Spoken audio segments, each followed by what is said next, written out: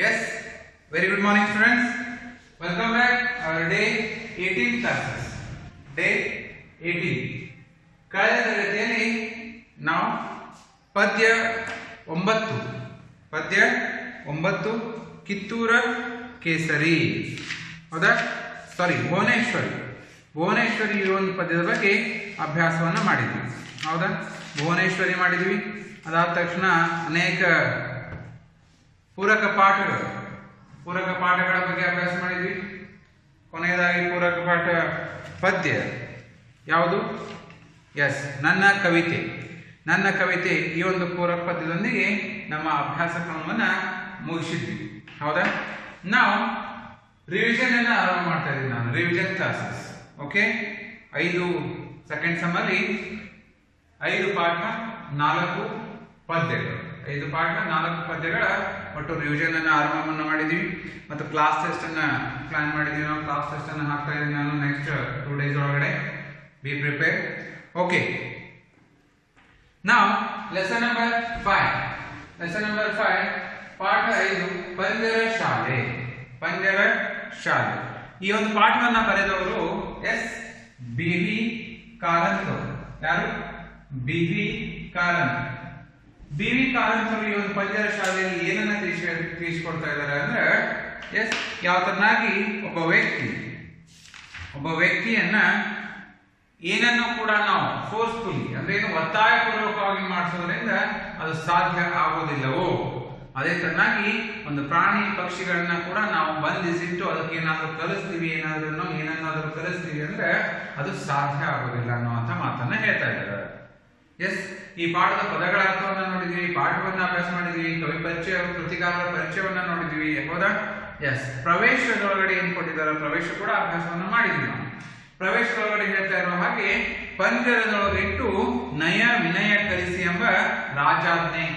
ಸ್ವತಂತ್ರ ಸ್ವಚ್ಛಂದವಾಗಿ ಬದುಕಿ ಹಾರಾಡುತ್ತಿರುವ ಒಂದು ತೊಳಲಾಟದ ನಾಟಕವನ್ನ ಮನೋಜ್ಞವಾಗಿ ವಿವರಿಸಿದ್ದಾರೆ. ಒಬ್ಬ ರಾಜ ಒಂದು ಸ್ವಚ್ಛಂದವಾಗಿ ಮನಸ್ಸೋಚ್ಛೆಯಿಂದ ಹಾರಾಡುವಂತಹ ಒಬ್ಬ ಒಂದು ಗಿಳಿಮರಿಯನ್ನ ಅದನ್ನ ಪಂಜರದಲ್ಲಿಟ್ಟು ಅದಕ್ಕೆ ಪಾಠವನ್ನ ಕಲಿಸಿಕೊಡುವಂತಹ ಒಂದು ಪ್ರಯತ್ನವನ್ನ ಮಾಡ್ತಾ ಇದ್ದಾನೆ. ಆತನ ಶಿಕ್ಷಣದ ಪ್ರೇಮಿಯಾಗಿದ್ದಾನೆ, ಅದು ಓಕೆ. ಆದ್ರೆ ಈ ಪ್ರಾಣಿ ಪಕ್ಷಿಗಳನ್ನ ನಾನು ಪಂಜರದಲ್ಲಿಟ್ಟು ಅದಕ್ಕೆ ಶಿಕ್ಷಣವನ್ನ ಕೊಡಿಸ್ತೀನಿ, ಭಾಷಣವನ್ನು ಕಲಿಸ್ತೀನಿ, ಗ್ರಾಮರನ್ನ ಕಲಿಸ್ತೀನಿ ಅಂದ್ರೆ ವ್ಯಾಕರಣವನ್ನು ಕಲಿಸ್ತೀನಿ ಅಂದ್ರೆ ಅದು ಸಾಧ್ಯವೇನೂ ಇಲ್ಲ. ಅದೇ ತರನಾಗಿ ಯಾರು ತಮ್ಮ ಸ್ವಇಚ್ಛೆಯಿಂದ, ನಿಮ್ಮಲ್ಲಿ ವಿದ್ಯಾರ್ಥಿಗಳೇ ಆಗಲಿ, ಯಾರು ತಮ್ಮ ಸ್ವಇಚ್ಛೆಯಿಂದ ಅಭ್ಯಾಸವನ್ನ ಮಾಡ್ತೀನಿ ಅದು ನಿಮ್ಗೆ ತಿಳಿಯುತ್ತದೆ ಅಥವಾ ಅಂಡರ್ಸ್ಟ್ಯಾಂಡ್ ಆಗ್ತದೆ ಈಸಿಯಾಗಿ. ಯಾರು ಫೋರ್ಸ್ಫುಲಿ ಆಗಿ ಓದಂದಾರಂತ ಓದೋದು, ಬೈತಾರಂತ ಓದೋದು, ಯಾರು ನೋಡ್ತಾರಂತ ಓದೋದು, ಈ ತನ್ನ ಬುಕ್ ತೆರೆಕೊಂಡು ಕೂತು ಓದುವಂಗ ಮಾಡಿದ್ರೆ ಅದು ನಿಮಗೆ ಯಾವತ್ತೂ ಕೂಡ ತಿಳಿಯೋದಿಲ್ಲ. ಆದ್ದರಿಂದ ಹೇಳ್ತಾ ಇದ್ದಾರೆ ಏನೋ ನಾವು ಯಾವುದೇ ಒಂದು ಕೆಲಸವನ್ನ ಒತ್ತಾಯಪೂರ್ವಕವಾಗಿ ಮಾಡದೆ ಮನಸ್ಸಿಚ್ಛೆಯಿಂದ ಮಾಡಿದ್ರೆ ಅದು ಯಶಸ್ವಿ ಆಗ್ತದೆ. ಎಸ್, ಇಲ್ಲಿ ಒಂದು ನಾಟಕವನ್ನ ಕೊಟ್ಟಿದ್ದಾರೆ ಬಿ ವಿ ಕಾರಂತ್ ಅವರು. ರವೀಂದ್ರನಾಥ್ ಟ್ಯಾಗೋರ್ ಅವರು ಬರೆದಿರುವಂತಹ ಒಂದು ಬಂಗಾಳಿ ನಾಟಕದ ಅನುವಾದವನ್ನ ಮಾಡಿ ಕನ್ನಡಕ್ಕೆ ರೂಪಾಂತರವನ್ನ ಮಾಡಿದ್ದಾರೆ. ಈ ಒಂದು ನಾಟಕದ ಮುಖಾಂತರ ಎಲ್ಲರಿಗೂ ಕೂಡ ಮನಸ್ವಚ್ಛವಾಗಿರುವಂತಹ ಆಸೆಯ ಮತ್ತು ಅದೇ ತನ್ನಾಗಿ ಇರಬೇಕು ಅನ್ನೋ ಮಾತನ್ನ ಇಲ್ಲಿ ಹೇಳ್ತಾ ಇದ್ದಾರೆ. ಒಂದು ಉದಾಹರಣೆಯನ್ನು ಕೊಡ್ತಾ ಇದ್ದಾರೆ. ಯಾವ ತರನಾಗಿ ಅಂದ್ರೆ ಒಬ್ಬ ರಾಜ ಒಂದು ಗಿಳಿಮರಿಯನ್ನ ಮೊದಲು ಒಂದು ಗಿಳಿಗಳ ಹಿಂಡು ಆಕಾಶದಲ್ಲಿ ಹಾರಾಡ್ತಾ ಹೋಗ್ತಾ ಇತ್ತು. ಅಂತ ಸಂದರ್ಭದಲ್ಲಿ ಆ ರಾಜನ ತೋಟದಲ್ಲಿ ಹಣ್ಣುಗಳ ಒಂದು ಮರವನ್ನ ಆ ಗಿಳಿಮರಿಗೆ ಕಂಡು ಬಂತು. ಆ ಹಣ್ಣುಗಳ ಮರವನ್ನ ಕಂಡು ಬಂದು ಆ ಎಲ್ಲ ಗಿಳಿಮರಿಗಳು ಆ ಹಣ್ಣಿನ ತೋಟದಲ್ಲಿ ಅಥವಾ ಹಣ್ಣಿನ ಮರಕ್ಕೆ ಮುಗಿಬಿದ್ದವು. ಹಣ್ಣುಗಳನ್ನ ತಿನ್ನುವ ಸಲುವಾಗಿ ಕುಳಿತುಕೊಂಡವು. ಅಷ್ಟರಲ್ಲಿ ಆ ಹಣ್ಣಿನ ಗಿಡವನ್ನ ಅಥವಾ ತೋಟವನ್ನ ಕಾಯುತ್ತಿದ್ದಂತಹ ಕಾವಲುಗಾರರಿಬ್ಬರು ಆ ಹಕ್ಕಿಗಳನ್ನ ಹೊಡೆದೊಡಿಸುವ ಸಲುವಾಗಿ ಎದ್ದು ತಮ್ಮ ಬಡಿಗೆ ಮತ್ತು ಸದ್ದಿನಿಂದ ಆ ಹಕ್ಕಿಗಳನ್ನೆಲ್ಲವನ್ನು ಕೂಡ ಓಡಿಸಿದರು. ಆದರೆ ಒಂದು ಗಿಳಿಮರಿ ಆ ಹಣ್ಣನ್ನ ತಿನ್ನೋದ್ರಲ್ಲಿ ಮಗ್ನನಾಗಿತ್ತು.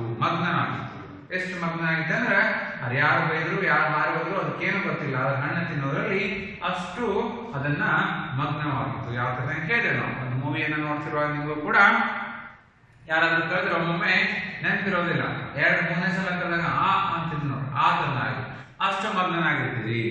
ಅದೇ ತರನಾಗಿ ಇಲ್ಲಿ ಆ ಗಿಳಿ ಮರಿ ಅವನ ಹಣ್ಣನ್ನ ತಿನ್ನೋದ್ರಲ್ಲಿ ಬಹಳಷ್ಟು ಮಗ್ನನಾಗಿತ್ತು. ಕೊನೆಗೆ ಆ ಎಲ್ಲ ರಕ್ಷಕರು, ಇಬ್ಬರು ರಕ್ಷಕರು ಗಿಳಿಗಳೆಲ್ಲವೂ ಕೂಡ ಹೋದು ಅಂತ ಹೇಳಿದ್ರೆ ಬಂದು ಮತ್ತೆ ಕೆಳಗಡೆ ತಮ್ಮ ನೆರಳಿಗೆ ಕುಳಿತುಕೊಂಡಿದ್ರು. ಆದರೆ ಅಲ್ಲಿ ಹಣ್ಣನ್ನ ತಿಂತಾ ಇರುವಂತಹ ಗಿಳಿ ಮರಿ ತನ್ನ ಒಂದು ಗಿಳಿಗಳ ಹಿಂಡಿಗೆ ಗಿಳಿಮರಿಯಾದಂತ ಹಿಂಡಿಗೆ ಕರೀತಾ ಇದ್ದಾರೆ. ಅಣ್ಣ, ತಮ್ಮ, ಅಕ್ಕ, ತಂಗಿ, ಬನ್ನಿ ಬನ್ನಿ, ಟೇಮ್ ಟೇಮ್ ಅಂತ ಹೇಳಿ ಗಿಳಿಮರಿ ಕರೀತಾರೆ. ಒಂದೇ ಸಮಯ ಕರೀತಾ ಇದ್ದಾರೆ, ಹಣ್ಣನ್ನ ತಿನ್ನ ಬನ್ನಿ, ಹಣ್ಣನ್ನ ತಿಂದು ಬನ್ನಿ ಅಂತ ಹೇಳಿದ್ರೆ ಆ ಸದ್ದನ್ನ ಕೇಳಿದಂತಹ ಅಂಗರಕ್ಷಕರು, ಆ ಸದ್ದನ್ನ ಕೇಳಿದಂತಹ ತೋಟದ ರಕ್ಷಕರು ಇಲ್ಲೆಲ್ಲೋ ಒಂದು ಗಿಳಿಮರಿ ತನ್ನ ಅಡಗಿ ಕುಳಿತು ಹಣ್ಣನ್ನ ತಿಂತಾ ಇದಾರ ಅಂತ ಹೇಳಿದ್ರೆ ಎದ್ದು ಆ ಗಿಳಿಮರಿಯನ್ನ ಹುಡುಕಾಡ್ತಾ ಇದಾರೆ. ಕೊನೆಗೆ ಆ ಗಿಳಿಮರಿ ಆ ರಕ್ಷಕರ ಕೈಗೆ ಸಿಕ್ಕಿ ಬೀಳ್ತದ. ಆ ಕಣ್ಣಿಗೆ ಕಾಣಿಸ್ತದ. ಆ ಕಣ್ಣಿಗೆ ಕಾಣದಂತಹ ಗಿಳಿಮರಿಯನ್ನ ಆ ರಕ್ಷಕರು ಪ್ರಶ್ನೆಯನ್ನ ಮಾಡ್ತಾ ಇದ್ದಾರೆ. ಏನಂತ, ಈ ತೋಟವನ್ನ ಹಾಳು ಮಾಡ್ತಾ ಇದೆಯೇನು? ಈ ರಾಜನ ತೋಟವನ್ನ ಹಾಳು ಮಾಡ್ತಾ ಇದೆಯೇನು? ಈ ದೊರೆಯ ತೋಟನ್ನ ಹಣ್ಣನ್ನ ತಿಂತಾ ಇದೆಯೇನು ನೀನು? ಇವತ್ತು ನಿನಗೆ ಕೋಲ್ ಪೂಜೆನೆ. ಕೋಲು ಅಂದ್ರೆ ಬಡಿಗೆ. ಈ ಬಡಿಗೆಯಿಂದಾನೇ ಪೂಜೆ ಮಾಡ್ತೀವಿ ಅನ್ನೋ ಮಾತನ್ನ ಆ ರಕ್ಷಕರು, ಒಬ್ಬ ಮತ್ತು ರಕ್ಷಕರು ಇಬ್ಬರು ಕೂಡ ಆ ಗಿಳಿಮರಿಗೆ ಹೇಳ್ತಾ ಇದ್ದಾರೆ. ಇವತ್ತು ನಿನಗೆ ಕೋಲು ಪೂಜೆ ಅಂತ ಹೇಳ್ತಾ ಇದ್ದಾರೆ. ಕೊನೆಗೆ ಆ ಒಂದು ಕಿವಿಯನ್ನ ಬಿಡ್ತಾ ಅದನ್ನ ಕಿವಿಗೆ ಹಾಕಿಕೊಳ್ಳದೆ, ಆ ಒಂದು ಗಿಳಿಮರಿ ತನ್ನ ಕಿವಿಗೆ ಹಾಕಿಕೊಳ್ಳದೆ ಅದನ್ನ ಎಲ್ಲವನ್ನ ಬಿಟ್ಟು ಪುತ್ರ ರೆಕ್ಕೆಗಳನ್ನ ಎಲ್ಲವನ್ನ ಅದನ್ನ ಮಾಡಿ ಏನ್ ಹೇಳ್ತಾ ಇದಾರೆ, ನಿನ್ನ ರೆಕ್ಕೆ ಪುಕ್ಕಗಳನ್ನ ಕಿತ್ತಿ ಬಿಡ್ತೀನಿ ಅನ್ನೋ ಮಾತನ್ನ ಹೇಳ್ತಾ ಇದಾರೆ. ಅಷ್ಟೆಲ್ಲ ಹೇಳ್ತಾ ಇದ್ರು ಕೂಡ ಆ ಗಿಳಿಮರಿ ತನ್ನ ಹಣ್ಣನ್ನ ತಿನ್ನೋದ್ರಲ್ಲಿ ಮಗ್ನನಾಗಿದ್ದಾರೆ. ಕೊನೆಗೆ ಆ ಮಗ್ನನಾಗಿರುವಂತಹ ಒಂದು ಗಿಳಿಮರಿಗೆ ಆ ಅಂಗರಕ್ಷಕರು, ಆ ತೋಟವನ್ನ ಅಂಗರಕ್ಷಕರು ಹೇಳ್ತಾ ಇದ್ದಾರೆ ಏನಂತ, ಮೂರ್ಖರ ಮೂರ್ಖ ಗಿಳಿಯಪ್ಪ. ಮೂರ್ಖ ಅಂದ್ರೆ ದಡ್ಡ. ಏ ದಡ್ಡರ ದಡ್ಡ ಗಿಳಿಯಪ್ಪ, ಹೆಡ್ಡರ ಹೆಡ್ಡ ತುಡುಗಪ್ಪ. ಎಂತ ದಡ್ಡದಿದ್ದಿ ನೀನು. ನಾವಿಲ್ಲಿ ಹೇಳ್ತಾ ಇದೀವಿ, ಬೈತಾ ಇದೀವಿ, ನಿನ್ ಹಣ್ಣನ್ನ ತಿಂತಾ ಇದ್ದಿ. ಎಂತ ತುಡುಗಿದ್ದಿ ನೀನು, ಎಂತ ಕಳ್ಳತನವನ್ನ ಮಾಡ್ತಿ. ಈ ತರನಾಗಿ ಮುಗೀತು ನಿನ್ನ ಇವತ್ತು ಕಥೆ ನಿನ್ನ ಮುಗೀತು ಅನ್ನುವಂತ ಮಾತನ್ನ ಹೇಳ್ತಾ ಇದ್ದಾರೆ. ಹೀಗೆ ಆ ಒಬ್ಬ ಮತ್ತು ರಕ್ಷಕ ಇಬ್ಬರು ಕೂಡ ಆ ಗಿಳಿಮರಿಗೆ ಬೈತಾ ಇದ್ದಾರೆ. ಆದ್ರೂ ಕೂಡ ಆ ಗಿಳಿಮರಿ ಹಣ್ಣನ್ನ ತಿಂತಾ ಇದೆ. ಕೊನೆಗೆ ಕೇಳ್ತಾ ಇದಾರೆ ಅವರು, ರಕ್ಷಕ ಒಬ್ಬ ಕೇಳ್ತಾ ಇದ್ದಾನೆ ಏನಂತ, ಈ ತೋಟ ಏನು ನಿಮ್ಮ ತಾತಂದೇನೋ? ನಾವು ಕೇಳ್ತಾ ಇದ್ದೀವಿ, ರೋಡ್ ಏನು ನಿಮ್ಮ ಅಪ್ಪಂದೇನೋ ಅಂತಂದ. ಅದೇ ತರನಾಗಿ ಆ ರಕ್ಷಕ ಕೇಳ್ತಾ ಇದ್ದಾರೆ, ಈ ತೋಟ ಏನು ನಿಮ್ಮ ತಾತಂದದೇನು? ಮತ್ತೊಬ್ಬ ಕೇಳ್ತಾನೆ, ಈ ತೋಟ ಏನು ನಿಮ್ಮ ಅಪ್ಪಂದದೇನು? ಆ ತೋಟ ನಿಮ್ಮ ಅಪ್ಪಂದದೇನು ಅಂತ ಕೇಳ್ತಾನೆ. ಈ ತೋಟ ಯಾರು ಗೊತ್ತಾ? ಮತ್ತೊಮ್ಮೆ ಹೇಳ್ತಾ ಇದ್ದಾನ, ಈ ತೋಟ ಯಾರು ಗೊತ್ತೇನು? ಈ ತೋಟ ರಾಜನ ರಾಜಾಧಿರಾಜ ಅಥವಾ ರಾಜರ ರಾಜ, ರಾಜಾಧಿರಾಜ, ಸಾವಿರ ಸೇನೆಯ ರಾಜನದ.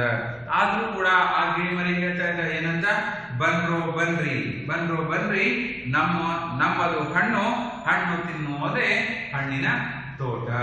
ಆ ಗಿಳಿಮರಿ ಆ ರಕ್ಷಕರೊಬ್ಬರಿಗೆ ಹೇಳ್ತಾರೆ, ಬನ್ರಿ ಶಾಣೆ ಇದ್ದೀರಿ ಅಂತ ಹೇಳ್ತಿರಲ್ಲ, ಬನ್ರಿ ಹಣ್ಣು ಯಾರು ತಿಂತಾ ಇದಾರೆ ಆ ಹಣ್ಣು ತಿನ್ನೋದೇ ಆ ಹಣ್ಣಿನ ತೋಟ ಅನ್ನುವಂತ ಮಾತನ್ನ ಆ ಗಿಳಿಮರಿ ರಕ್ಷಕ ಒಬ್ಬ ಮತ್ತು ರಕ್ಷಕ ಇಬ್ಬರಿಗೂ ಕೂಡ ಹೇಳ್ತಾ ಇದ್ದಾರೆ.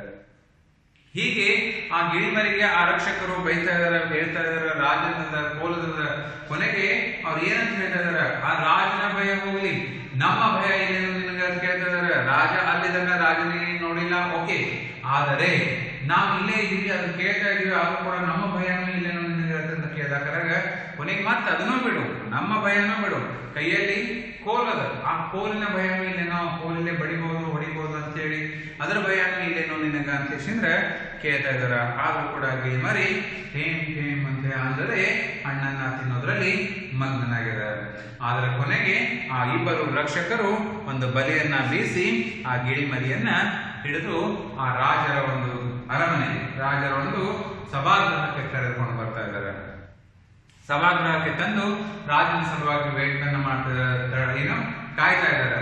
ಅಲ್ಲಿ ಅಷ್ಟರಲ್ಲಿ ವಂದಿಗಳು, ರಾಜರಿಗೆ ಬಹುಪರಾಗ ಕೇಳುವಂತಹ ವಂದಿಗಳಿಗೆ ವಂದಿಗಳು ಹೇಳ್ತಾರೆ ಏನಂತ, ಸಾವಧಾನ್ ಅಂತ ಹೇಳಿ ಹೇಳ್ತಾರೆ. ಯಾಕೆ? ರಾಜನ ಬರುವಂತಹ ಸದ್ದು, ರಾಜನ ಬರುವಂತಹ ದಾರಿ, ರಾಜನ ಆಗಮನವಾಗ್ತಾ ಇದ್ದಾರೆ ಅಂತ ಹೇಳಿದ್ರೆ ಏನಂತ ಹೇಳ್ತಾನ, ರಾಜನಿಗೆ ವರ್ಣನೆಯನ್ನು ಮಾಡಿ ಹೇಳ್ತಾ ಇರ್ತಾರೆ ಅವರು ವಂದಿಗಳು.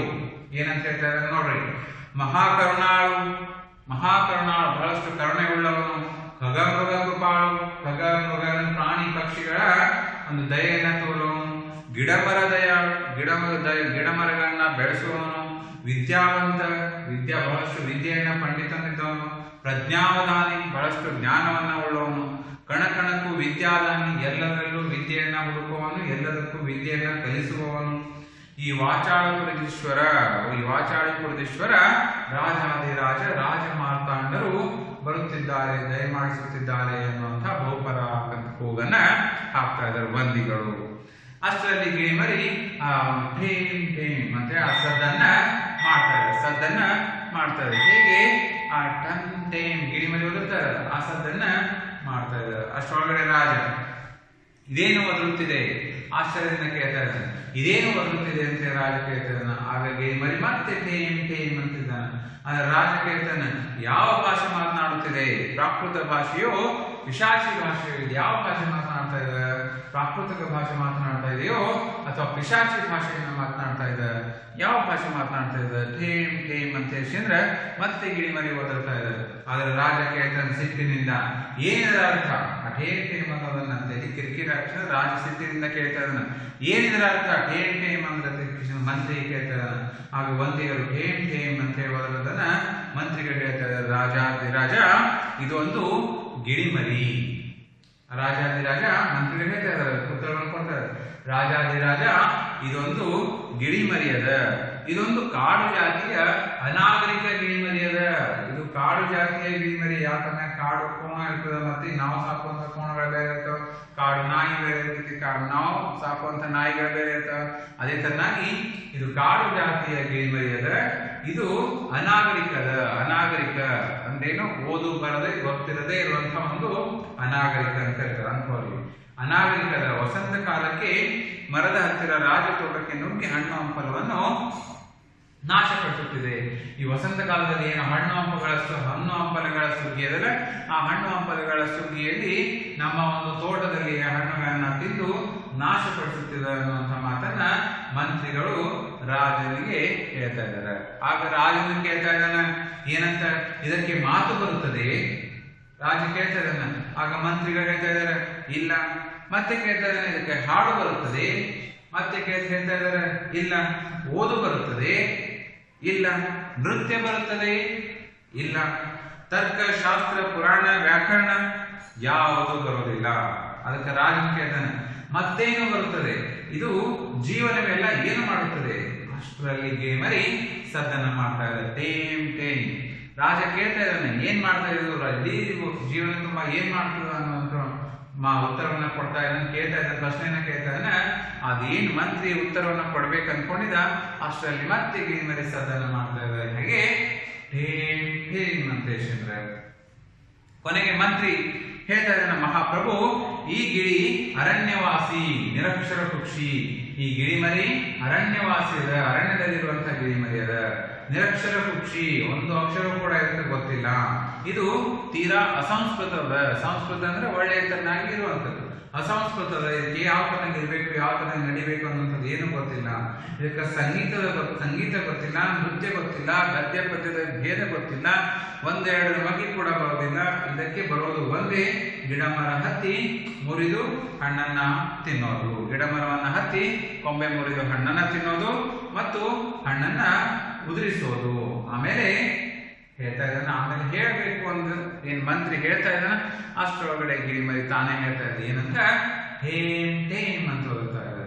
ಆಗ ಮಂತ್ರಿ ಹೇಳ್ತಾ ಇದ್ದಾರೆ, ಹಾಗನ್ನೋದು ಅವ್ನು ಹೇಳ್ಬೇಕಂದಿದ್ದ ಬಾಯಲ್ಲಿ, ಅಷ್ಟರಲ್ಲಿ ಗಿಳಿಮರಿ ಸದ್ದನ್ನ ಮಾಡ್ತದೆ. ಕೊನೆಗೆ ಮಂತ್ರಿ ಹೇಳ್ತಾನೆ, ಈ ತನ್ನಗ ಅನ್ನೋದೊಂದೇ ಬರ್ತದೆ ಅನ್ನುವಂಥ ಮಾತನ್ನ ಹೇಳ್ತಾ ಇದ್ದಾನೆ. ಆಗ ರಾಜ ಪಾಪ ಪಾಪ ಅಂತ, ಅದಕ್ಕೆ ಎಲ್ಲರೂ ಕೂಡ ದನಿಯನ್ನ ಕೂಡಿಸ್ತಾ ಇದ್ದಾರೆ, ಪಾಪ ಪಾಪ ಅಂತ. ಕೊನೆಗೆ ಗಿಳಿಮರಿ ಮತ್ತೆ ಟೇಮ್ ಟೇಮ್ ಅಂತದ ರಾಜ. ಅದಕ್ಕೆ ರಾಜ ಉತ್ತರವನ್ನು ಕೊಡ್ತಾನೆ, ಏನಂತ, ಛೇ ಛೇ, ಬರೀ ಹಣ್ಣು ತಿನ್ನೋದು ಒಂದೇ ಗೊತ್ತೇ? ಮಹಾವಾಚಾಳಪುರ ನಗರದಲ್ಲಿ ಒಂದು ಹಣ್ಣು ತಿನ್ನೋದು ಮಾತ್ರ ಗೊತ್ತೇ? ಒಂದಿಗದೇ ಎಜುಕೇಶನ್ ಕೇಳ್ತಾನೆ. ಬರೀ ಇಂಥ ಒಂದು ತೋಟದೊಳಗಡೆ ಬರೀ ಹಣ್ಣು ತಿನ್ನೋದು ಅಷ್ಟೇ ಗೊತ್ತೇನೋ, ಇದಕ್ಕೆ ಮತ್ತೇನು ಗೊತ್ತಿಲ್ಲೇನೋ ಅನ್ನುವಂಥ ಮಾತನ್ನ ರಾಜ ಮತ್ತೆ ಕೇಳ್ತಾನೆ. ಅದಕ್ಕೆ ಒಂದಿಗ ಉತ್ತರವನ್ನು ಕೊಡ್ತಾ ಇದಾರೆ, ಏನಂತ, ಖಗ ಮೃಗ ಕೃಪಾಳು, ಗಿಡಮರ ದಯಾಳು, ವಿದ್ಯಾವಂತ, ಪ್ರಜ್ಞಾವಧಾನಿ, ಕಣಕಣಕ್ಕೂ ವಿದ್ಯಾದಾನಿ ಆದಂತಹ ರಾಜಾದಿರಾಜರೇ, ವಂದಿಗಳು ಹೇಳ್ತಾ ಇದ್ದಾರೆ, ಇಷ್ಟೆಲ್ಲ ಹೊಗಳಿಕೆಯನ್ನ ಹೇಳ್ತಾ ಇದ್ದಾರೆ. ಎಲ್ಲ ಕೂಡ ಆತನಿಗೆ ಹೊಗಳಿಕೆಯ ಪದಗಳು ಯಾವ್ಯಾವು? ಮಹಾಕರುಣಾಳು, ಖಗಮೃಗ ಕೃಪಾಳು, ವಿದ್ಯಾವಧಾನಿ, ಗಿಡಮರ ದಯಾಳು, ವಿದ್ಯಾವಸಂತ, ಪ್ರಜ್ಞಾವಧಾನಿ, ಕಣಕಣಕು, ವಿದ್ಯಾದಾನಿ, ಇವೆಲ್ಲವೂ ಕೂಡ ಏನು ಆತನಿಗೆ ಬಿರುದುಗಳು, ಹೊಗಳಿಕೆಯ ಪದಗಳು. ಆಗ ರಾಜ ಹೇಳ್ತಾನೆ, ಈ ಸಭ್ಯ ಸುಶಿಕ್ಷಿತ ನಾಗರಿಕ ರಾಜ್ಯದಲ್ಲಿ ಅಂದ್ರೆ ಏನು? ಆ ರಾಜ್ಯ ಇರುವಂತಹ ರಾಜ್ಯ ಎಂತದ? ಸಭ್ಯವಾದಂಥದ್ದು. ಸಭ್ಯ ಅಂದ್ರೆ ಒಳ್ಳೆಯತನದಿಂದ ಕೂಡಿರುವಂಥದ್ದು. ಸುಸಂಸ್ಕೃತ, ಸುಶಿಕ್ಷಿತ, ಎಲ್ಲರೂ ಕಲಿತವರಾಗಿದ್ದಾರೆ. ಮತ್ತು ನಾಗರಿಕರ ರಾಜ್ಯದಲ್ಲಿ, ಇಂಥ ಒಂದು ಒಳ್ಳೆಯ ಸುಶಿಕ್ಷಿತ ಸಂಸ್ಕೃತಿ ಇದ್ದಂತಹ ರಾಜ್ಯದಲ್ಲಿ, ನಾಗರಿಕರ ರಾಜ್ಯದಲ್ಲಿ ಈ ಅನಾಗರಿಕ ಪಕ್ಷಿ ರಾಜ ತೋಟದಲ್ಲಿ ನಿರಕ್ಷರ ಕುಕ್ಷಿ, ಮತ್ತೆ ಇದಕ್ಕೆ ನೀವೇ ಸಾಕ್ಷಿ ಮಂತ್ರಿ ಅಂತ ಹೇಳ್ತಾರೆ. ಇಂಥ ಒಂದು ಪಕ್ಷಿ ಅಂದ್ರೆ ಇದಕ್ಕೆ ನೀವೇ ಸಾಕ್ಷಿ ಇದ್ದೀರಿ. ಆದ್ದರಿಂದ ಈ ಅಸಭ್ಯ ಪಕ್ಷಿಯನ್ನ ರಾಜಶಾಲೆಗೆ ಸೇರಿಸತಕ್ಕದ್ದು. ರಾಜಶಾಲೆಗೆ ಸೇರಿಸಿ ರಾಜ್ಯಾಧ್ಯಾಪಕರಿಂದ, ಯಾರಿಂದ? ರಾಜ್ಯಾಧ್ಯಾಪಕರು, ರಾಜ್ಯದ ಶಾಲೆಯನ್ನು ಕಲಿಸುವವರಿಗೆ ರಾಜ್ಯಾಧ್ಯಾಪಕರು ಅಂತ ಹೇಳ್ತಾರೆ. ಇದಕ್ಕೆ ಶಿಕ್ಷಣವನ್ನು ಕೊಡಿಸು ಅನ್ನುವಂಥ ಮಾತನ್ನು ಹೇಳ್ತಾರೆ. ಈ ಅನಾಗರಿಕ ಶುಕ ಪಕ್ಷಿಯನ್ನ ಅಧೀಮ ಪ್ರವೃತ್ತಿಗಳನ್ನ ಸುಧಾರಿಸಿ ಆಧುನಿಕ ಮಾಡತಕ್ಕದ್ದು ಅನ್ನುವಂಥ ಆಜ್ಞೆಯನ್ನ ರಾಜನು ಹೇಳ್ತಾ ಇದ್ದಾನೆ ಆ ವಂದಿಗರಿಗೆ. ಏನಂತ ಹೇಳ್ತಾನೆ?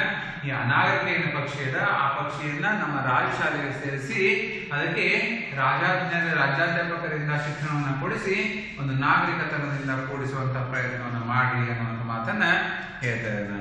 ಕೊನೆಗೆ ಮಂತ್ರಿ ಹೇಳ್ತಾ ಇದ್ದಾನೆ, ಅಪ್ಪಣೆ ಪ್ರಭು. ಆ ಮಂತ್ರಿ ಹೇಳಿದಂತ ಮಾತನ್ನ ಎಲ್ಲವೂ ಕೇಳಿ ಆಯ್ತು ಮಾಡೋಣ ಅನ್ನುವಂಥ ಮಾತನ್ನ ಹೇಳ್ತಾ ಇದ್ದಾರೆ. ಕೊನೆಗೆ ರಾಜ ಹೇಳ್ತಾನೆ, ಇದು ಸಭ್ಯತೆ ಕಲಿಯಲಿ. ಏನೇನು ಕಲಿಬೇಕಂತ ಹೇಳ್ತಾ ಇದ್ದಾನೆ ರಾಜ? ಇದು ಸಭ್ಯತೆ ಕಲಿಯಲಿ, ಕಾಡುತನ ಮರೆಯಲಿ, ಶಾಸ್ತ್ರ ವ್ಯಾಕರಣ ಕಲಿತು ಸುಶಿಕ್ಷಿತವಾಗಲಿ. ಆ ಒಂದು ಗಿಳಿಮರಿಗೆ ರಾಜ ಹೇಳ್ತಾ ಇದ್ದಾನೆ, ಗಿಳಿಮರಿ ಕಲಿಬೇಕಂತ ಇದೆಲ್ಲವೂ ಕೂಡ ನಾವು ನಿಮಗ್ ಕಲಿಸ್ತಾ ಇದೀವಿ, ನೀವು ಎಷ್ಟು ಕಲಿತಿರೋ ಏನೋ. ಆದ್ರೆ ರಾಜ ಒಬ್ಬ ಗಿಳಿಮರಿಗೆ ಇಷ್ಟೆಲ್ಲ ಕಲಿಸ್ತಾ ಇದ್ದಾನೆ. ಏನಂತ? ಇದು ಸಭ್ಯತೆ ಕಲಿಯಲಿ, ಕಾಡುತನ ಮರೆಯಲಿ, ಶಾಸ್ತ್ರ ವ್ಯಾಕರಣ ಕಲಿಯಿರಿ ಮತ್ತು ಸುಶಿಕ್ಷಿತವಾಗಲಿ. ತಾನು ಸುಸಂಸ್ಕೃತನಾಗೋದಲ್ಲದೆ ಮತ್ತು ತಾನು ಉಳಿದ ಕಾಡು ಗಿಳಿಮರಿನ, ಉಳಿದ ಕಾಡಿನ ಶುಕ ಪಕ್ಷಿಗಳನ್ನ ಸಭ್ಯತೆ ಮಾಡಲಿ. ಯಾವ ತರನಾಗಿ ಹೆಣ್ಣೊಂದು ಕಲಿತಾರೆ, ಶಾಲೆಯನ್ನು ತೆರೆದಂತೆ ಉದಾಹರಣೆ ಇದ್ದಾರೆ. ಅದೇ ತರನಾಗಿ ಇದೊಂದು ಗಿಳಿ ಇಲ್ಲಿ ಎಲ್ಲವನ್ನ ಕಲಿತು ಇದನ್ನ ಕಾಡಿಗೆ ಹೋದ್ರೆ ಅಲ್ಲಿ ಕೂಡ ಇದೇ ತರಹದ ಒಂದು ಜ್ಞಾನವನ್ನ ಎಲ್ಲದಕ್ಕೂ ಕೂಡ ಕೊಡ್ಲಿ ಎನ್ನುವಂಥ ಮಾತನ್ನ ರಾಜ ಹೇಳ್ತಾ ಇದ್ದಾನೆ. ಆಗ ಮಂತ್ರಿ ಹೇಳ್ತಾ ಇದ್ದಾನೆ, ಅಪ್ಪಣೆ ಪ್ರಭು, ಆಯ್ತು ಅಂತ ಹೇಳಿ ಮಂತ್ರಿ ಹೇಳ್ತಾ ಇದ್ದಾನೆ. ಆಗ ಅಳಿಯ, ಆ ರಾಜನ ಅಳಿಯ ನಿಂತನಲ್ಲಿಯೇ, ಆ ರಾಜನ ಅಳಿಯ ಕೇಳ್ತಾ ಇದ್ದಾನೆ, ಉತ್ತರವನ್ನು ಕೊಡ್ತಾ ಇದ್ದಾನೆ. ಏನಂತ? ಮಹಾರಾಜ, ರಾಜಮಾವ, ನನ್ನದೊಂದು ನಮ್ರ ನಿವೇದನೆ ಅದ ನಿಮ್ಮ ಹತ್ರ. ಏನು ನಿವೇದನೆ ಅದಂದ್ರೆ ಈ ಒಂದು ರಾಜಶಾಲೆಗೆ ಸೇರಿಸುವ ಮೊದಲು ಇದರ ತಥ್ಯವನ್ನ ಕಂಡುಹಿಡಿಯಬೇಕು. ಈ ಗಿಳಿಮರಿಯನ್ನ ನೀವು ರಾಜಶಾಲೆಗೆ ಸೇರಿಸೋಕ್ಕಿಂತ ಮುಂಚೆ ಇದರ ತಥ್ಯ ಅಂದ್ರೆ ಏನು, ಇದು ಯಾಕೆ ಓದಕ್ ಬರೋದಿಲ್ಲ, ಇದಕ್ಕೆ ಯಾಕೆ ಈ ತನ್ನಾಗಿದೆ, ಇದು ಅಸಭ್ಯ ಯಾಕದ, ಇದು ನಾಗರಿಕ ಯಾಕದ, ಇದರ ರೀಸನ್ ಅನ್ನ ಕಂಡುಹಿಡಿಬೇಕು. ನಾವು ಅದರ ಕಾರಣವನ್ನ ತೆಗೆದುಕೊಳ್ಬೇಕು. ತಥ್ಯ ಅಂತ ಹೇಳ್ತೀವಿ ನಾವು. ಈ ಕಾರಣವನ್ನ ತೆಗೆದುಕೊಳ್ಬೇಕು, ಇದರ ಅಸಭ್ಯತೆಯನ್ನ ಕಂಡುಹಿಡಿಯುವ ಸಲುವಾಗಿ ಅಂತ ಹೇಳ್ತಾ ಇದ್ದಾರೆ. ಈ ಗಿಳಿಮರಿ ತಿನ್ನೋದೊಂದೇ, ಕುಡಿಯೋದೇನು, ತಿನ್ನೋದೇನು, ಇದರ ಅರ್ಥ ಏನು ಅನ್ನೋದನ್ನೆಲ್ಲವೂ ಕೂಡ ನಾವು ತಿಳಿದುಕೊಳ್ಬೇಕು. ಆಗ ಮಾತ್ರ ಇದನ್ನ ನಾವು ಕಲಿಸ್ಲಿಕ್ಕೆ ಸಾಧ್ಯದ ಅನ್ನುವಂಥ ಮಾತನ್ನ ಹೇಳ್ತಾ ಇದ್ದಾರೆ. ಇಷ್ಟೆಲ್ಲ ಉದ್ದಗಲವೆಷ್ಟು, ಎಲ್ಲವನ್ನ ರೆಕ್ಕೆ ಬುಕ್ಕಿಗಳ ಉದ್ದಗಲ ಎಷ್ಟು, ಇದರ ಅಂಶಗಳಿಗೆ ಬಗ್ಗೆ ದೀರ್ಘ ಸಂಶೋಧನೆ ನಡೀಬೇಕು ಅಂತ ಹೇಳಿದ್ರೆ ಅಳಿಯ ರಾಜ ತನ್ನ ರಾಜನಿಗೆ ಹೇಳ್ತಾ ಇದ್ದಾನೆ, ಮಾವನಿಗೆ ಹೇಳ್ತಾ ಇದ್ದಾನೆ, ರಾಜಮಾವನಿಗೆ ಹೇಳ್ತಾನೆ, ಇದರ ಒಂದು ಪೂರ್ತಿ ಸಂಶೋಧನೆ ಆಗ್ಬೇಕು, ಆಗ ಮಾತ್ರ ಸಾಧ್ಯದ ಅಂತ ಹೇಳಿದ್ರೆ. ಆಗ ಮಂತ್ರಿ ಹೇಳ್ತಾ ಇದ್ದಾನೆ, ಪ್ರಭು, ಯುವರಾಜ ಅಳಿಯ ದೇವರು ಮಹಾಪ್ರಭಾವಶಾಲಿಗಳು, ಪ್ರತಿಭಾಶಾಲಿಗಳು, ದೇಶಕೋಶ ಸುತ್ತಿ ಬಂದವರು, ವಿದೇಶಗಳಿಂದ ಪದವಿಗಳನ್ನ ಹೊತ್ತು ತಂದವರು, ಕಾಂಬೋಜ ದೇಶದಲ್ಲಿ ಪ್ರಾಣಿಶಾಸ್ತ್ರ ಪಕ್ಷಿಶಾಸ್ತ್ರವನ್ನ ಅಧ್ಯಯನ ಮಾಡಿದವರು, ಪಾರಂಗತರಾದವರು. ಕೊನೆಗೆ ದನಿಯನ್ನ ತಗ್ಗಿಸಿ, ಅಂದ್ರೆ ದನಿಯನ್ನ ಸೌಂಡ್ ಅನ್ನ ಕಡಿಮೆ ಮಾಡ್ತಾ ಇದ್ದಾರೆ, ಸದ್ಯ ನಿರುದ್ಯೋಗಿಗಳು. ಅಷ್ಟೆಲ್ಲ ಹೊಗಳಿದಂತಹ ಆ ಅಳಿಯ ರಾಜನಿಗೆ ಕೊನೆಗೆ ಮಂತ್ರಿ ನಿರುದ್ಯೋಗಿಗಳಂತ ಹೇಳೋದು ಕಡಿಮೆ ಸಾವಕಾಶವಾಗಿ ಹೇಳ್ತಾ ಇದ್ದಾನೆ, ಸದ್ಯ ನಿರುದ್ಯೋಗಿಗಳು. ಅದಕ್ಕೆ ಒಂದು ವಿನಂತಿ, ಅಳಿಯ ರಾಜರಿಗೆ ಶುಕ ಶಿಕ್ಷಣದ ಭಾರವನ್ನು ವಹಿಸಿಬಿಡಿ ಅಂತ ಹೇಳ್ತಾನೆ. ಮಂತ್ರಿ ಹೇಳ್ತಾ ಇದ್ದಾನೆ, ಆ ಮಂತ್ರಿಗಳೇನು ನಿಮ್ಮ ಯುವರಾಜ ಅಳಿಯರಿಗೆ ಹೇಳೋದೆಲ್ಲವೂ ಕೂಡ ಸತ್ಯದ, ಅವ್ರು ಬಹಳಷ್ಟು ಪ್ರತಿಭಾಶಾಲಿಗಳದರ. ಯಾಕಂದ್ರೆ ಅನೇಕ ದೇಶ ಕೋಶಗಳನ್ನ ಸುತ್ತಿ ಏನ್ ಮಾಡ್ತಾ ಇದ್ದಾರೆ? ಓಕೆ, ಅನೇಕ ದೇಶ ಕೋಶಗಳನ್ನ ಸುತ್ತಿ ಅನೇಕ ಪ್ರಾಣಿಶಾಸ್ತ್ರ, ಪಕ್ಷಿಶಾಸ್ತ್ರದ ಬಗ್ಗೆ ಅಧ್ಯಯನವನ್ನ ಮಾಡಿದ್ದಾರೆ. ಕೊನೆಗೆ ಅವರ ಒಂದು ದನಿಯನ್ನ ತಗ್ಗಿಸಿ, ಯಾಕಂದ್ರೆ ಸದ್ಯ ಅವ್ರು ಏನಾದ್ರೆ ನಿರುದ್ಯೋಗಿಗಳದರ ಅಂತ ಸಾವಕಾಶ ದನಿಯನ್ನ ತಗ್ಗಿಸಿ ಹೇಳ್ತಾರೆ. ಈ ಒಂದು ತಕ್ಕಂತ ಮಾತಿಗೆ, ಮಂತ್ರಿಯ ಒಂದು ಮಾತಿಗೆ ರಾಜ ಹೇಳ್ತಾ ಇದ್ದಾನೆ ಏನಂತ? ವಿನಂತಿಯನ್ನು ಸ್ವೀಕರಿಸಿದ್ದೇವೆ. ಮಂತ್ರಿಗಳಿಗೆ ಹೇಳ್ತಾ ಇದ್ದಾನೆ, ವಿನಂತಿಯನ್ನ ಸ್ವೀಕರಿಸಿದ್ದೇವೆ. ಅಳಿಯ ರಾಜ, ಇಂದಿನಿಂದ ನೀನು ಶುಕ ಶಿಕ್ಷಣ ಮಂತ್ರಿ ಆಯ್ತು ಅಂತ ಹೆಚ್ಚಿನ ಮಂತ್ರಿ ಒಂದು ಮಾತನ್ನ ಕೇಳಿ ರಾಜ ಘೋಷಣೆಯನ್ನ ಮಾಡ್ತಾನೆ. ಅಳಿಯ ರಾಜ, ನೀನು ಇಂದಿನಿಂದ ಶುಕ ಶಿಕ್ಷಣ ಮಂತ್ರಿ ಅಂದ್ರೆ ಏನು?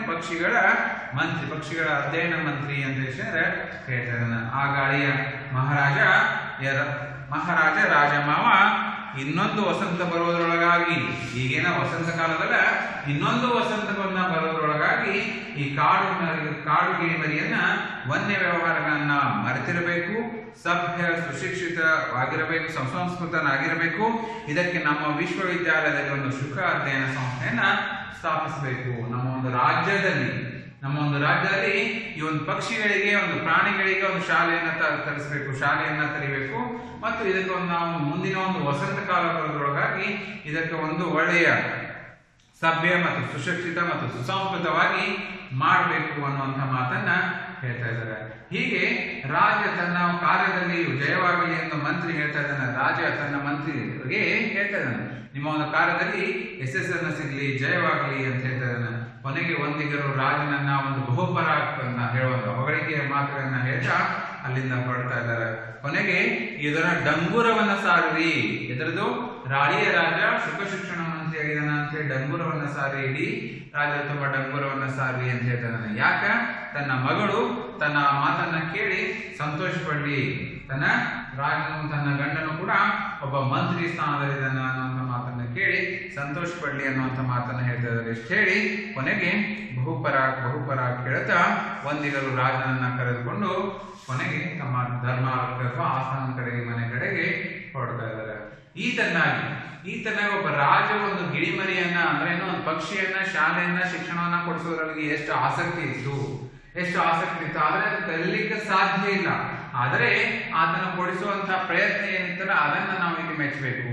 ಮತ್ತು ಪ್ರಾಣಿ ಪಕ್ಷಿಗಳಿಗೆ ಶಾಲೆಯನ್ನ ಕಲಿಸೋದ್ರ ನಾವು ನೀವು ಕಲಿಯೋದೇನದ ದೊಡ್ಡದಲ್ಲ. ನಾವೆಲ್ಲವನ್ನ ತಿಳಿದುಕೊಳ್ಳು. ಬುದ್ಧಿಜೀವಿ ಶೀಲ ಪ್ರಾಣಿ ಅಂತ ಹೇಳ್ತಾ ಇದ್ದೀವಿ. ಮನುಷ್ಯ ಅತ್ಯಂತ ಬುದ್ಧಿಜೀವ ಶೀಲ ಪ್ರಾಣಿ ಅಂತ ಹೇಳ್ತಾ ಇದ್ದೀವಿ. ಆದ್ದರಿಂದ ನಾವು ಈ ಒಂದು ನಾಟಕದಿಂದ ಏನನ್ನ ತಿಳ್ಕೊಳ್ತಾ ಇದೀವಿ ಅಂದ್ರೆ, ಒಂದು ಒತ್ತಾಯಪೂರ್ವಕವಾಗಿ ಏನನ್ನು ಕೂಡ ಕಲಿಲಿಕ್ಕೆ ಸಾಧ್ಯ ಆಗೋದಿಲ್ಲ. ಸ್ವ ಇಚ್ಛೆಯಿಂದ ನಾವು ಏನನ್ನು ಬೇಕಾದ್ರೂ ಕಲಿಯಬಹುದು ಅನ್ನೋದನ್ನು ತಿಳ್ಕೊಳ್ಬೇಕಾಗಿದೆ. ಮತ್ತು ಒಬ್ಬ ನಮ್ಮಲ್ಲಿ ಶಿಕ್ಷಣದ ಬಗ್ಗೆ ಎಷ್ಟರ ಮಟ್ಟಿಗೆ ಪ್ರೀತಿ, ಪ್ರೇಮ, ವಾತ್ಸಲ್ಯದ ಅನ್ನೋದ್ರ ಬಗ್ಗೆ ಈ ಒಂದು ರಾಜನದಿಂದ ನಾವು ಕಲಿತ್ಕೊಳ್ಬೇಕಾಗಿದೆ ಅನ್ನುವಂಥ ಮಾತನ್ನ ಹೇಳ್ತಾ ಇದ್ದಾರೆ. ಇದು ಬಿ.ವಿ. ಕಾರಂತರು ಬರೆದಿರುವಂತಹ ಪಾಠ 5 ಪಂಜರ ಶಾಲೆ. ಯಾವ್ದನ್ನ ಪಂಜರ ಅಂದ್ರೆ ನೋಡಿ, ಪ್ರಾಣಿ ಪಕ್ಷಿಗಳನ್ನ ಬಂಧಿಸುವಂತಹ ಸ್ಥಳ, ಶಾಲೆ. ಇಂಥನಾಗಿ ಒಂದು ಪಂಜರದೊಳಗಡೆ ಇಟ್ಕೊಂಡು ನಮ್ಗೆ ಕೂಡಿಸಿನ ಕಟ್ಟಿ ಹಾಕಿ ನಾನು ನಿಮ್ಗೆ ಕಲಿಸ್ತೀನಿ ಅಂದ್ರೆ ನೀವು ಕಲಿಕ್ಕೆ ಸಾಧ್ಯವೇನೋ ಇಲ್ಲ. ಆದ್ದರಿಂದ ನಿಮ್ಮ ಒಂದು ಮನಸ್ಸಿನ ಇಚ್ಛೆಯಿಂದ, ಸ್ವ ಇಚ್ಛೆಯಿಂದ ಶಾಲೆಯನ್ನ ಕಲಿಕ್ಕೆ ಬಂದ್ರೆ ಬಹಳಷ್ಟು ಆಸಕ್ತಿಯುತವಾಗಿ ಮತ್ತು ಬಹಳಷ್ಟು ಅನುಕೂಲಕರವಾಗಿ, ಬಹಳಷ್ಟು ಇಷ್ಟಪಟ್ಟು ನೀವು ಶಾಲೆಯನ್ನ ಕಲಿತೀರಿ, ತಿಳ್ಕೊಳ್ಳೋಕೆ ಈಸಿ ಆಗ್ತದೆ ಅಥವಾ ಸರಳ ಆಗ್ತದೆ ಅನ್ನೋ ಒಂದು ಮಾತನ್ನ ಈ ಒಂದು ಪಾಠದಿಂದ ತಿಳಿಸಿ ಕೊಡ್ತಾ ಇದ್ದಾರೆ. ಈ ಪಾಠದಲ್ಲಿ ಬರುವಂತಹ ಒಂದು ಭಾಷಾಭ್ಯಾಸವನ್ನ ಡಿಸ್ಕಷನ್ ಮಾಡೋಣ. ಭಾಷಾಭ್ಯಾಸ. ಫಸ್ಟ್ ಕ್ವಶನ್, ಕೆಳಗಿನ ಪ್ರಶ್ನೆಗಳಿಗೆ ಉತ್ತರಿಸಿರಿ. ಫಸ್ಟ್ ಒನ್, ಗಿಳಿಮರಿಯು ಏನನ್ನು ತಿನ್ನಲು ತನ್ನ ಬಳಗವನ್ನು ಕರೆಯಿತು? ಗಿಳಿಮರಿಯು ಏನನ್ನು ತಿನ್ನಲು ತನ್ನ ಬಳಗವನ್ನು ಕರೆಯಿತು?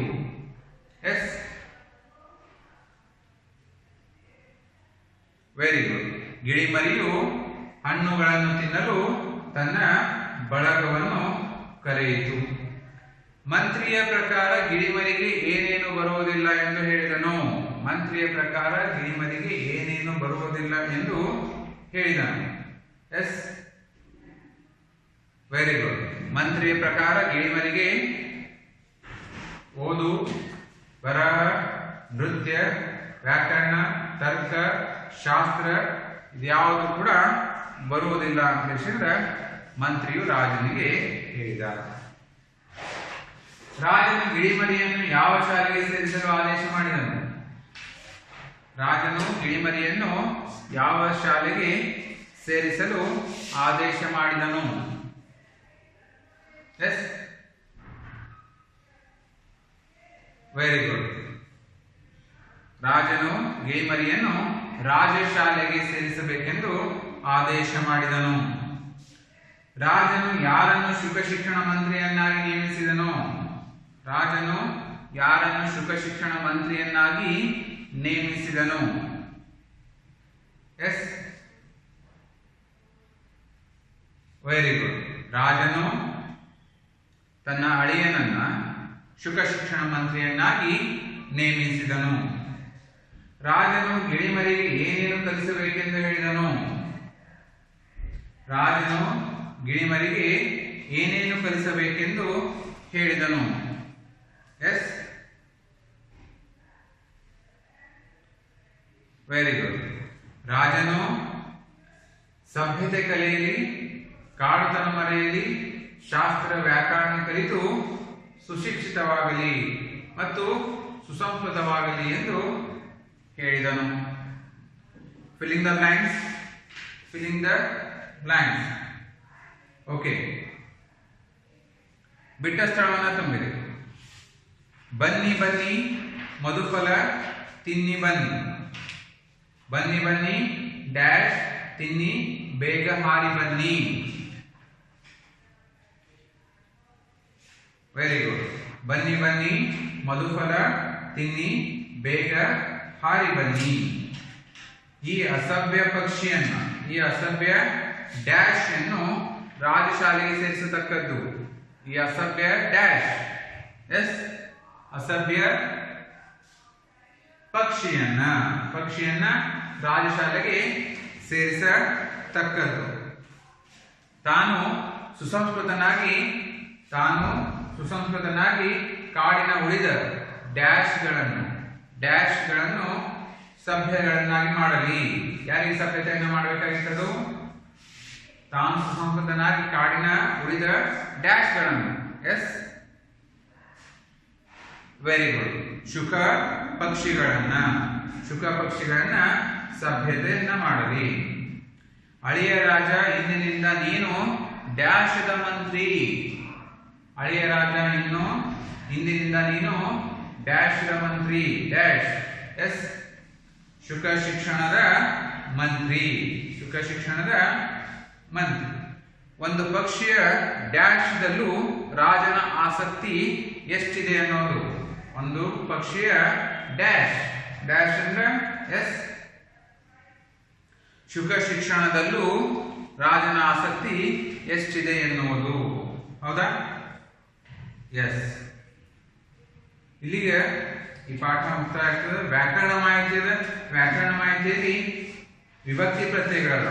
ವಿಭಕ್ತಿ ಪ್ರತ್ಯಯ ಪ್ಲಸ್ ವ್ಯಾಕರಣ ಮಾಹಿತಿಯ ನಾನು ಸಪರೇಟ್ ಆಗಿ 2-3 ಲೆಸನ್ ಕೂಡಿ ಒಮ್ಮೆ ವ್ಯಾಕರಣ ಮಾಹಿತಿಯನ್ನ ತಿಳಿಸ್ಕೊಡ್ತೀನಿ. ನಿಮಗೂ ಕೂಡ 1 by 1 ಪಾರ್ಟ್ ಅಂಡರ್ಸ್ಟ್ಯಾಂಡ್ ಆಗ್ತೈತಿ. ಓಕೆ, ನಾವು ಇಲ್ಲಿ ಲೆಸನ್ ನಂಬರ್ 5 ಪಂಜರ ಶಾಲೆ, ವಿ ಕಾರಂತರ ಬರೆದಿರುವಂತಹ ಪಂಜರ ಶಾಲೆ ರಿವಿಷನ್ ಡೇ 18 ರಿವಿಷನ್ ಅನ್ನ ಕಂಪ್ಲೀಟ್ ಮಾಡ್ತಾ ಇದೀವಿ. ಓಕೆ, ಇದಾದ್ಮೇಲೆ ಕ್ಲಾಸ್ ಟೆಸ್ಟ್ ಅನ್ನು ಹಾಕ್ತಾ ಇರ್ತೀನಿ ನಾನು ವೀಕ್ಲಿ 2 days ಗಮ್ಮ. ಅದನ್ನು ಕೂಡ ಪ್ರಿಪೇರ್ ಮಾಡ್ಕೊಡ್ರಿ. ಫಸ್ಟ್ ಇದೇ ಲೆಸನ್ ಮೇಲಿಂದ ಪಂಜರ ಶಾಲೆ ಕ್ಲಾಸ್ ಟೆಸ್ಟ್ ಅನ್ನು ಹಾಕ್ತೀನಿ ವಿತಿನ್ 2 days. ವಾಟ್ಸಪ್ ಅಲ್ಲಿ ಮೆಸೇಜ್ ಹಾಕ್ತೀನಿ ನಾನು ನಿಮಗೆ. ಮತ್ತು ಸ್ಕೂಲ್ ಆ್ಯಪ್ ಅನ್ನ ನೋಡ್ತಾ ಇರಿ. ಸ್ಕೂಲ್ ಆ್ಯಪ್ ಅಲ್ಲೇ ಹಾಕ್ತೀನಿ ನಾನು ಕ್ವಶನ್ ಪೇಪರ್ ಅನ್ನ ಈ ಸಲ. Okay, thank you. If you have any doubts you can call me.